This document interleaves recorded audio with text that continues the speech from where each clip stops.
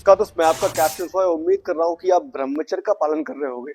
आपने परमहंस स्वामी शिवानंद के बारे में तो सुना ही होगा। वो बहुत बड़ी ब्रह्मचर्य की एक मिसाल थे। उनकी एक ब्रह्मचर्य की पुस्तक भी है, ब्रह्मचर्य ही जीवन है इस नाम से। उन्होंने उस पुस्तक में बताया कि यदि कोई व्यक्ति इन 8 प्रकार के मैथुनों से खुद को बचा लेता है, यानी कि इन 8 बातों की सावधानी रख लेता है, तो वो 100% ब्रह्मचर्य का पालन कर पाएगा। उस पुस्तक का मैंने PDF फॉर्मेट अपने मोबाइल में डाउनलोड कर लिया है, ताकि आपको मैं सुलभता से बता सकूं कि उन्होंने कौन कौन सी वो 8 बातें बताई हैं जिससे हम ब्रह्मचारी बन सकते हैं। और ये बहुत ही महत्वपूर्ण बातें हैं। एक एक बात आपको बहुत ही ध्यान से सुननी है और अपने जीवन में उतारनी है। पहला मैथुन शिवानंद जी बता रहे हैं कि किसी भी जगह पढ़े हुए, सुने हुए या चित्र में प्रत्यक्ष देखे हुए स्त्री का ध्यान, चिंतन, स्मरण नहीं करना चाहिए। यानी कि आपने कहीं भी किसी स्त्री का चित्र देखा, आपने कहीं भी किसी स्त्री के बारे में सुना, या आपने प्रत्यक्ष में कोई स्त्री देखी और आप उसका चिंतन एकांत में करते हो या उसका ही चिंतन अपने दिमाग में करते रहते हो, तो आप ब्रह्मचर्य का पालन नहीं कर पाओगे। ये बहुत ही महत्वपूर्ण बात है, इसे अपने जीवन में जरूर उतारिए और एक कॉपी पेन लेके बैठ जाइए, ताकि जो मैं आपको बातें बता रहा हूँ वो अपने जीवन में आप उतार लो और उनको धारण कर सको।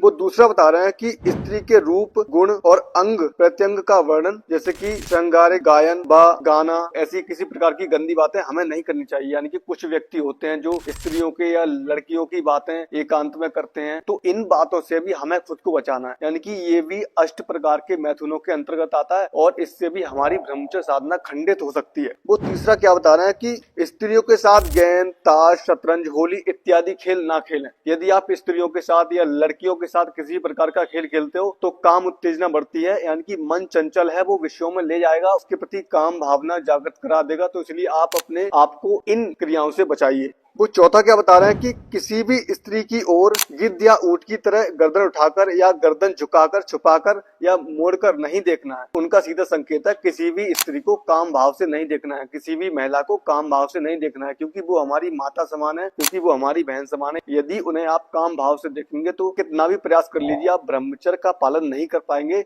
तो किसी भी स्त्री के प्रति, किसी भी महिला के प्रति आपका काम भाव नहीं आना चाहिए। पांचवा क्या बता रहे हैं, स्त्रियों में बार बार जाना आना, उनके साथ एकांत बातचीत करना। कुछ लड़कों की आदत होती है कि वो स्त्रियों में जहां लड़कियां बैठी होती है वहां पे आते जाते हैं और उनसे बात करने का प्रयास करते हैं, तो ये भी हमारे लिए बहुत ज्यादा हानिकारक हो सकता है। यानी कि हमें जहां कहीं भी स्त्रियां दिखें, जहां कहीं भी लड़कियां दिखें, वहां से खुद को, अपने आप को बचाना है। आपके लिए बहुत ज्यादा सुलभता होगी। छठा बता रहे हैं, श्रृंगार रसपूर्ण वाहियात उपन्यास, स्त्रियों के गंदे फोटो, नाटक व सिनेमा में रद्दी काम चेष्टा पूर्व दृश्य ना देखें। यानी कि ऐसा कोई भी ग्रंथ ना पढ़ें जिससे आपके अंदर काम उत्तेजना जागृत हो। किसी भी लड़की की फोटो ना देखें, चाहे गंदी हो चाहे अच्छी हो। सिनेमा, नाटक आदि से खुद को बचाएं, क्योंकि उसमें सीक्रेट, अप्रत्यक्ष रूप से काम भावना जागृत होती है, जो आपकी ब्रह्मचर्य यात्रा को खंडित कर सकती है। सातवां क्या बता रहे हैं कि किसी भी स्त्री की प्राप्ति के लिए व्यर्थ पापपूर्ण आचरण करना। यानी कि ये संकेत दे रहे हैं गर्लफ्रेंड बॉयफ्रेंड के लिए, यानी जो आज का बहुत ही घिनौनी क्रियाएं चली है, गर्लफ्रेंड बॉयफ्रेंड, उनके लिए संकेत कर रहे हैं कि यदि हम किसी स्त्री की प्राप्ति करने के लिए या किसी भी लड़की की प्राप्ति करने के लिए उसके पीछे भागेंगे, तो निश्चित ही तुम ब्रह्मचारी रह ही नहीं पाओगे, 100% नहीं रह पाओगे। तो ये गर्लफ्रेंड और बॉयफ्रेंड से खुद को बचाइए और इस महादलदल से निकालिए और परमात्मा में अपने ध्यान को जोड़िए। और सबसे लास्ट और अंतिम मैथुन बता रहे हैं वो कि प्रत्यक्ष संभोग, यानी कि स्त्री पुरुष का प्रत्यक्ष संभोग या फिर मोबाइल फोन में इत्यादि किसी भी प्रकार से नहीं देखना है, क्योंकि ये 8वां मैथुन है। ये सर्व मैथुनों में से सबसे ज्यादा भयानक है, इसे आप त्याग दीजिए, ये बहुत ही ज्यादा हानिकारक है। आगे क्या कह रहे हैं, इन लक्षणों के बिल्कुल विरुद्ध ब्रह्मचारी के लक्षण होते हैं। यानी कि ब्रह्मचारी इन लक्षणों के बिल्कुल विरुद्ध होता है। इनमें से